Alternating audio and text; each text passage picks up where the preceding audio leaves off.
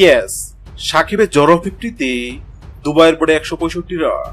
Global super লিগের উদ্বোধনী ম্যাচে সেন্ট্রাল ডিস্ট্রিক্টের বিপক্ষে ব্যাট করতে নেমে 165 রান সংগ্রহ করেছে সাকিব আল হাসানের দুবাই ক্যাপিটালস। ম্যাচে ব্যাট হাতে উজ্জ্বল ছিলেন সাকিব আল হাসান। 37 বলে 58 রান করে অপরাজিত ছিলেন তিনি। ম্যাচে আগে ব্যাট করতে নামা দুবাইকে ভালো শুরু এনে দেন ওপেনার সিদ্দিকুল্লাহ আতাল। তবে বাকিরা তেমন সুবিধা করতে পারছিলেন না। পাঁচে নেমে আতালের সাথে দলের হাল ধরেন সাকিব আল হাসান।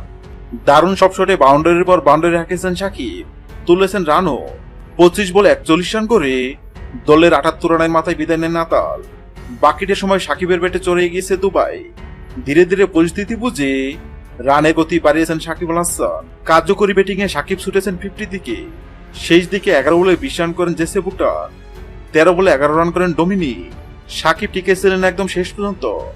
দারুণ দায়িত্বশীল ব্যাটিংয়ে দলের রান 150 পার করেন সাকিব, নিজেও ছুঁয়ে ফেলেন 50। ইনিংসের শেষের আগে 4 মারেন সাকিব, ফ্রি হিটে আসে 1 রান। 37 বলে 58 রান করে অপরাজিত ছিলেন সাকিব আল হাসান।